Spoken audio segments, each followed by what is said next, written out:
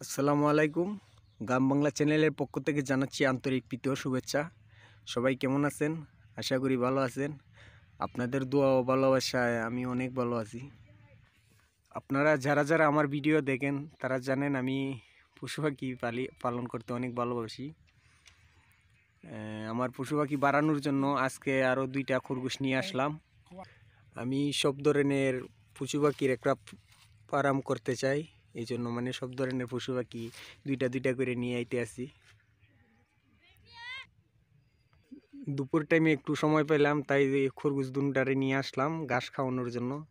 ওরা কি ঘাস খাবে, ওরা শুধু ছুটাছুটি করতে আছে। মানে কাইটা নিয়ে ঘাস দিলে অনেক সুন্দর খায়। আর অনেকে বলে যে খরগোশ নাকি ছাগল ফাইয়া থাকে, তারপর আবার বিলাই ফাইয়া থাকে, কিন্তু আমি এখন পর্যন্ত মানে ছাগল ফাইয়া খরগোশ যে এটা পাই নাই। কেউ যদি কোনানে মানে জানেন যে এরকম ছাগল পাইয়া খরগোশ আছে, পাওয়া যায়, তাহলে আমাকে অবশ্যই জানাবেন, কমেন্টে জানাবেন। আমার দরকার, মানে যদি হয় ওই রকম খরগোশ, আমি ওই খরগোশ পালন করতে চাই। কারো বাড়ির আশেপাশে যদি কোনো দোকানে এরকম ছাগল পাইয়া খরগোশ থাকে, অবশ্যই আমাকে কমেন্টে জানাবেন। এই খরগোশগুলা এর আগেও আমি অনেকগুলা পালন করছিলাম। এগুলা মানে বংশ বিস্তার খুবই দ্রুত করে। এই ধরিলাম 1.5 মাস 2 মাস পরে পরেই বাচ্চা দেয়। বাচ্চা দেওয়ার আগে এগুলা গর্ত করে, গর্তের ভিতরে যাইয়া তারপর বাচ্চা দেয়। আর এগুলার বাচ্চাগুলা আপনি যদি গর্ত থেকে বাহির না করেন, তাইলে কি হইব, ওরা বাচ্চা রাইকেই গর্তের মধ্যে গর্ত খাইটা ফেলায়। এই জন্য বাচ্চা বাইর করে নিয়ে আইতে হয়, আইনা তারপর এই ওরা ওরা যখন বাচ্চা দেয় তখন নিজের শরীরে রুম সিরা তারপর ওইটার মধ্যে বাচ্চা দেয়।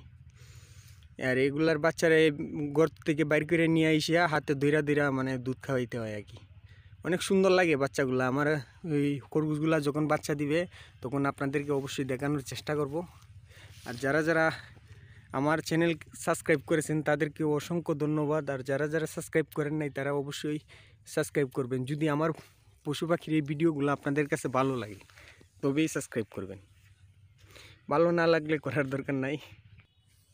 আমি সব ধরনের পশু পাখি পালন করার চেষ্টা করতে আছি। সবাই আমার জন্য দোয়া করবেন যাতে আমি মানে সব ধরনের পশু পাখি পালন করতে পারি। এই বিড়াল পাইয়া খরগোশ জাতি ছাড়া অন্য কোনো জাতের খরগোশ যদি আপনাদের বাড়ির আশেপাশে থাকে, অবশ্যই আমাকে কমেন্টে জানাইবেন।